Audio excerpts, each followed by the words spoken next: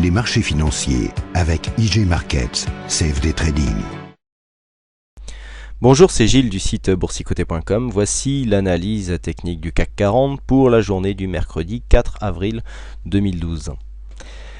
Avec aujourd'hui donc une grosse séance de baisse sur le CAC 40, puisqu'après une ouverture donc déjà en baisse à 3392,10, nous avons marqué un plus haut à 3395,34, un plus bas à 3310,50 avant de terminer en clôture à 3313,47 points. Le CAC 40 perd 2,74% sur cette séance, 93 points perdus par rapport au cours de clôture d'hier. C'est donc une grosse séance de baisse avec une forte amplitude qui nous rappelle un petit peu cette séance que nous avions connue le 6 mars. Un peu dans le même genre, assez unidirectionnel finalement, et qui n'a laissé que peu de points d'entrée sur le mouvement, même s'il y en a eu un peu plus que la séance du 6 mars, je vous montrerai ça tout à l'heure. Mais aujourd'hui, la grosse séance de baisse qui vient naturellement réorienter la tendance selon certains, selon certains paramètres que je vais vous définir tout à l'heure. Mais avant cela, nous allons regarder ce que nous disent les indicateurs. Donc les indicateurs, le RSI continue à descendre, il n'est pas encore en zone de survente. Le stochastique, lui, après avoir mis un terme au signal baissier, donc alors vous voyez, hier je vous disais, le stochastique de son point de vue, la baisse est terminée puisque on a l'indicateur qui repasse au-dessus de sa ligne de signal. Vous voyez que l'indicateur tout seul n'est pas parfait puisque nous avons ici malgré cette fin de signal, une baisse qui a largement continué donc sur cette dernière séance. Donc là par contre du coup le stochastique reste en zone de survente accompagné depuis par sa ligne de signal. Au niveau du MACD, donc on continue sur une continuité baissière. Alors on avait eu une tentative de rebond ici qui avait été invalidée. Alors par contre vous voyez le MACD lui avait donné le signal inverse.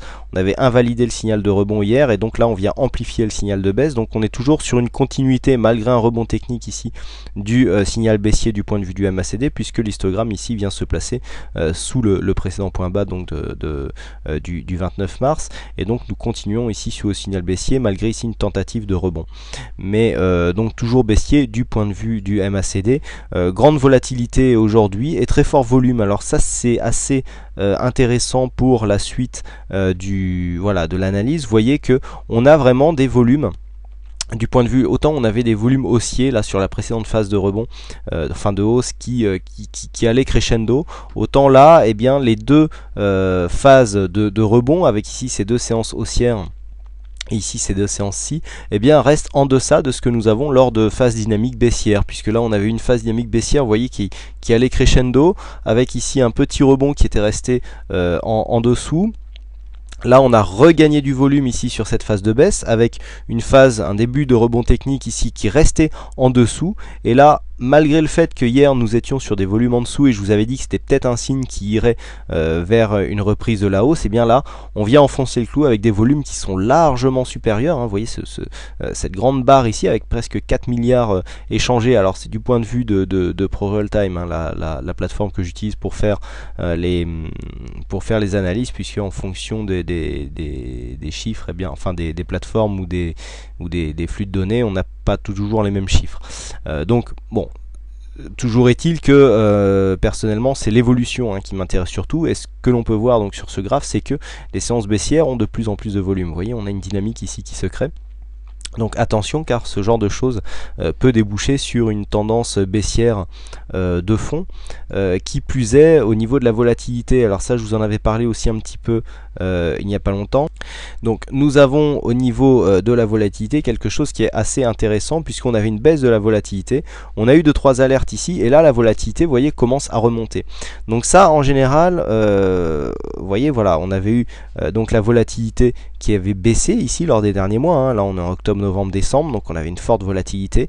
La volatilité baissait, lorsque la volatilité comme ça arrivait sur des bases moyennes de 1%, lorsqu'on était à peu près dans cette zone là, je vous avais dit attention, lorsque l'on arrive dans cette zone là et qu'il y a la volatilité la volatilité qui réaugmente, eh bien on débouche souvent sur des phases baissières. Là on a eu la volatilité qui a commencé à augmenter, et donc là on commence à avoir des grosses zones. Vous voyez, plus de 2,5% de volatilité aujourd'hui, donc attention. Vous voyez que ici on allait vers une accalmie, et puis là sur cette zone on a commencé à augmenter la volatilité, alors qu'on était ici très volatile aux sorties d'une phase donc d'une tendance baissière. Donc là on avait retrouvé un semblant d'optimisme avec une volatilité qui baissait, qui allait plus dans un sens de stabilité des marchés, et puis en haut comme ça, lorsqu'on arrive en haut de tendance et qu'on commence à réaugmenter de volatilité, vous voyez, boum, on commence à se réorienter à la baisse. Et donc c'est tout à fait ce qui s'est passé donc sur ces présentes phases. Alors d'un point de vue chartiste, donc si on revient à la tendance court terme, nous sommes toujours ici dans ce biseau d'élargissement, puisque nous avons testé aujourd'hui sur le plus bas le support baissier, donc qui constitue ce biseau sur sa partie basse. Rappelez-vous ce que je vous avais dit hier concernant le gap. On avait une zone de gap ici précédente là, qui avait été fermée partiellement. Ensuite on était revenu fermer ce gap, on avait invalidé par une réouverture du gap. Là ici on avait fermé, et je vous avais dit attention, si on ouvre ici, que l'on repart sur un gap qui reste ouvert, eh bien on risque de s'enfoncer assez bas. Qui plus est, en cassant ici la zone des 60-65. Donc ça c'était la vidéo d'hier, c'est exactement ce qui s'est passé. On a réouvert un gap ici qui reste donc ouvert, puisque le comblement même partiel à 2 ou 3 points eh bien n'est pas intervenu en totalité, et donc on plonge. C'est tout à fait ce qui s'est passé donc à l'inverse des présentes phases, où là l'ouverture du gap nous avait donné une forte tendance haussière. Et bien là c'est tout à fait l'inverse, puisque nous laissons un gap ouvert sur la même zone, puisque ici je vous rappelle donc le bas du gap correspond au plus haut de cette séance, à savoir 3396,45, et là nous sommes sur le plus haut de la séance à 3395,34, donc à un point près on est quasiment sur la même zone. On laisse un gap ouvert ici, on s'enfonce à la baisse. Il y avait une grosse alerte baissière qui avait été donnée en cas de franchissement de cette zone des 3360-65 points. C'est tout à fait ce qui se passe. L'objectif maintenant se situe, alors on avait un objectif intermédiaire ici à 3333 qui n'a pas donné une forte résistance. On m'a parlé d'un support costaud sur cette zone là. Je doutais un petit peu de la force de ce support. Par contre là on a un fort support, mais qui nous attend un peu plus bas, à savoir aux alentours des 3290 points. Donc aujourd'hui, eh bien, il était très difficile de prévoir une telle baisse. On est venu donc tester ici cette zone de point bas. Donc demain, on sera sur une zone de point bas sur ce support à 3294,50. Donc on pourrait très bien venir tester ce support dans une continuité ici baissière qui est portée par une grande dynamique. Alors j'en profite en même temps, bon c'est assez rare que je le fasse, mais là c'est assez intéressant pour que je vous le montre. Eh bien, par rapport au dernier séminaire et webinaire que j'ai eu l'occasion de vous présenter sur le trading en tendance, rappelez-vous, je vous dis contact sur une bolle donne un niveau de tendance, on vient rechercher la moyenne mobile exponentielle et on laisse descendre. Regardez cette tendance que nous avons ici en unité de temps 15 minutes. Eh bien, on a eu ici la phase de hausse, donc jusqu'à mardi, non, jusqu'à lundi, pardon. Ici mardi on a commencé à venir baisser, et je vous avais dit que eh bien ici on était venu chercher sur un premier contact. Alors pour ceux qui étaient en direct avec moi, je vous avais dit qu'il n'y avait pas eu de cassure, donc c'était difficile du fait du resserrement des bols ici de prendre un signal sur cette phase là. Puis on était revenu attaquer ici la zone de bol inférieur, donc là il y avait clairement un signal baissier. On était revenu ici chercher la moyenne mobile 20 exponentielle à 3461, et puis regardez la baisse depuis, on est bien resté ici entre cette moyenne mobile et cette bande de Bollinger et puis vous voyez la tendance n'est pas encore finie. Donc si vous avez eu la chance de prendre ce signal ici à 3461, ou si on est ici à 3324, on est à presque 140 pips de gain sur cette position, c'est assez énorme en intraday, mais vous voyez vraiment en toute sécurité, puisqu'on a eu très peu de rebonds techniques, et donc quelques points d'entrée par contre pour jouer la continuité. Mais alors, comme je le disais sur le chat, il est toujours difficile de rentrer sur un mouvement comme ça, alors que la baisse a été déjà c'est déjà passé. On prend le risque d'avoir un retournement. Bon, là on est venu sur un mouvement relativement puissant. Donc ceux qui ont eu la chance de rentrer au début, eh bien doivent être satisfaits s'ils ne se sont toujours pas séparer cette position puisque pour l'instant il n'y a pas de signal de sortie, et donc c'est peut-être aussi une mauvaise nouvelle pour ceux qui sont haussiers dans ce marché. Et puis alors on me demande souvent quand jouer les retournements, etc. Bon, pour ceux qui regardent la vidéo Forex assez régulièrement, j'utilise beaucoup ici ces bandes vertes et rouges qui donnent en général des marques d'exagération, et ce que vous pouvez remarquer c'est que même sur le CAC ça marche bien. À chaque fois qu'on a une sortie comme ça, on revient souvent chercher la moyenne mobile 20 exponentielle. Alors je vais grossir pour qu'on voit un petit peu mieux. Voilà, là vous voyez on est sur la phase, voilà, où on vient rechercher, on n'est pas encore en tendance, là hop, à chaque fois on vient rechercher, et puis là la baisse commence à s'accélérer, donc là on est toujours sur la journée d'hier. Ici phase d'accélération, on sort ici de la bande, on revient chercher la moyenne mobile 20 exponentielle. Ici on a des sorties partielles, on met du temps à revenir chercher, donc vous voyez attention, hein, cet indicateur n'est pas encore parfait. Ici si on joue l'exagération, on est en perte assez largement, et puis là vous voyez, hop, encore une petite phase ici où on revient chercher un contact avec la moyenne mobile, et puis sur la journée d'aujourd'hui, eh bien c'est encore ce qui s'est passé, hein. Dès qu'on est ressorti ici, on est revenu marquer un rebond technique, hein, et puis après on en a eu encore un ici qui a marqué un petit rebond, ici encore un là qui a marqué un petit rebond, et là encore une fois ce même genre de signal. Donc voilà, vous voyez qu'on est vraiment dans la continuité au niveau de la tendance, et que donc ce setup que je vous ai présenté lors du webinaire eh bien, est tout à fait cohérent sur de l'investissement intraday. Je le recommande en unité de temps 15 minutes, et c'est sur cette unité de temps que je viens de vous présenter donc ce graphique intraday.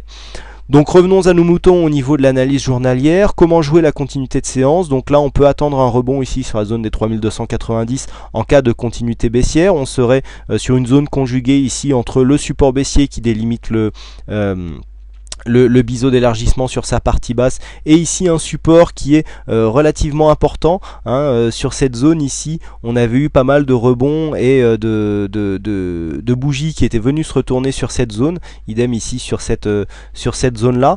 Donc on peut attendre des mouvements assez intéressants à jouer sur cette zone.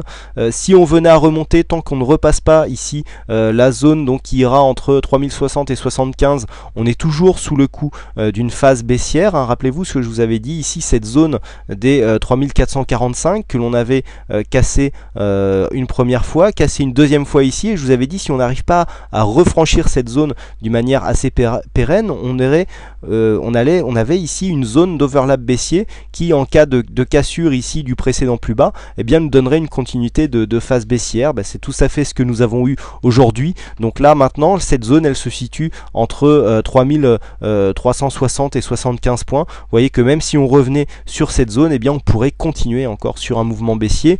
Alors une cassure à la hausse de cette zone, donc là qui n'interviendra pas à moins d'un fort rebond avant plusieurs jours, eh bien pourrait effectivement réorienter la tendance, mais là on est quand même bien parti sur un mouvement baissier. Donc on reste baissier sur la continuité, même si du point de vue de la loi de Dow on ne l'était pas hier, mais là la baisse est vraiment exceptionnelle. On avait un avalement double sur la précédente séance, donc mouvement ici qui est largement confirmé sur cette zone.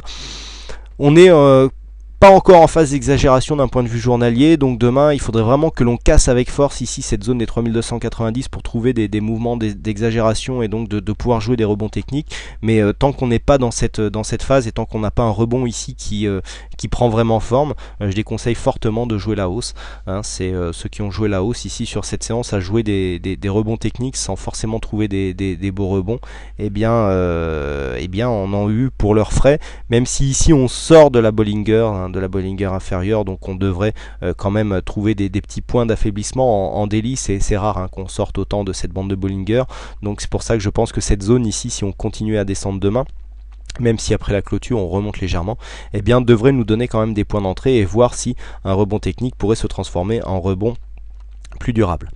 Voilà donc ce que l'on peut dire sur cette analyse journalière. Aujourd'hui c'est Bluebird qui a gagné au jeu du fixing, et puis quant à moi il ne me reste plus qu'à vous souhaiter à toutes et à tous une bonne soirée, bonne chance dans vos trades. Désolé pour la longueur de cette analyse, mais certains détails méritaient à mon sens d'être dits. Voilà, je vous souhaite une bonne soirée, bonne chance dans vos trades, et je vous donne rendez-vous dès demain pour de prochaines analyses techniques en vidéo. Bonsoir à tous. Les marchés financiers avec IG Markets, CFD Trading.